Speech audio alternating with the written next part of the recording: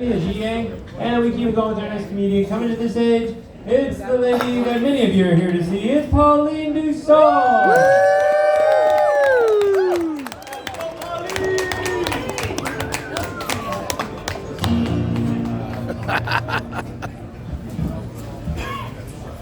Yes, I believe there's 12 of my family and friends here, so thank you so much. Really appreciate the support.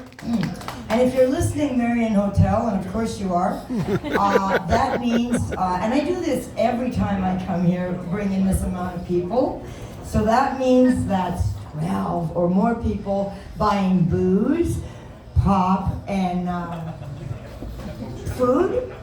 So we all do this for free, but a complimentary drink would be nice. Quid pro quo, Clarice. So this is what I'm drinking. Hello, bartender. And also, when I was here in the summer, I can't believe this happened, but it did. 5 minutes before showtime, one of the security dudes comes up to me and says, "You're gonna have to leave." No explanation. He just says, "You're gonna have to leave," and I'm like, "What?" And then he says, "Yeah, the bartender wants you to leave." So I'm like, holy shit.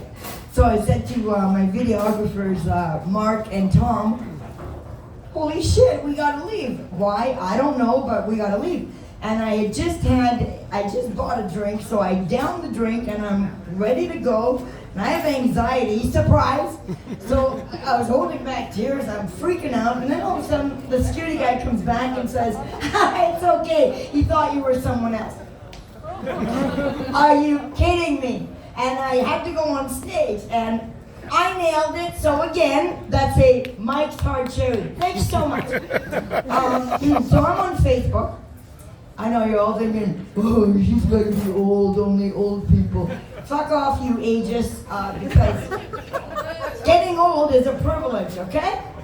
And so there was a post that I saw on Facebook, and I hope it's true because it might not have been, but it said that a poacher who was hunting lions and elephants had been eaten by a crocodile.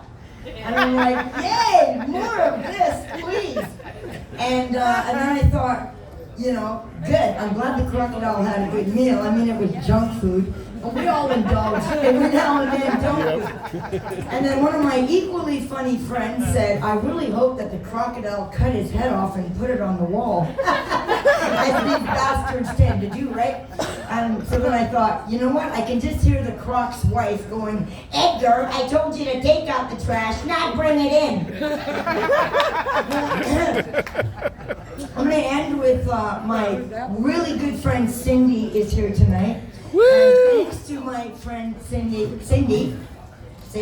brother.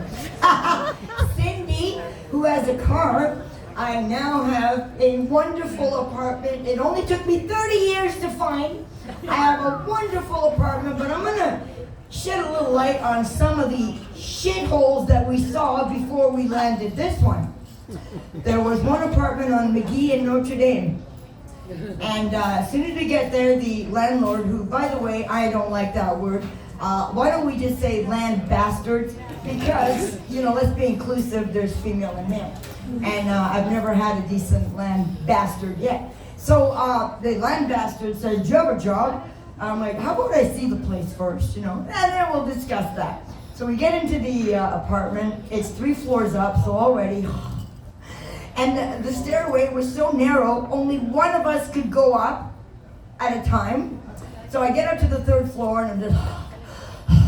So he opens the door, we walk in, and I shit you not, first thing I see in the kitchen is on one side, 3 bowling ball size holes in the wall.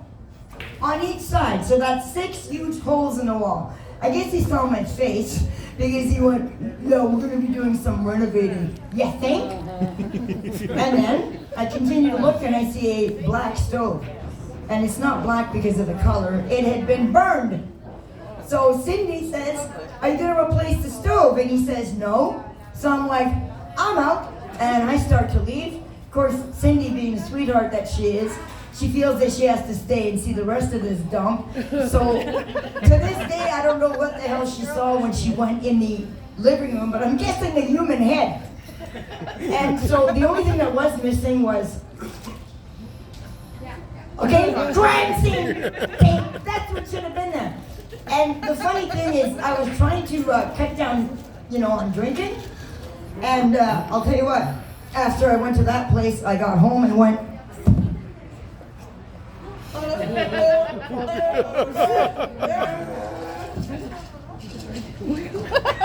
thank you very much. My name is Pauline Dussault. You've been an amazing crowd.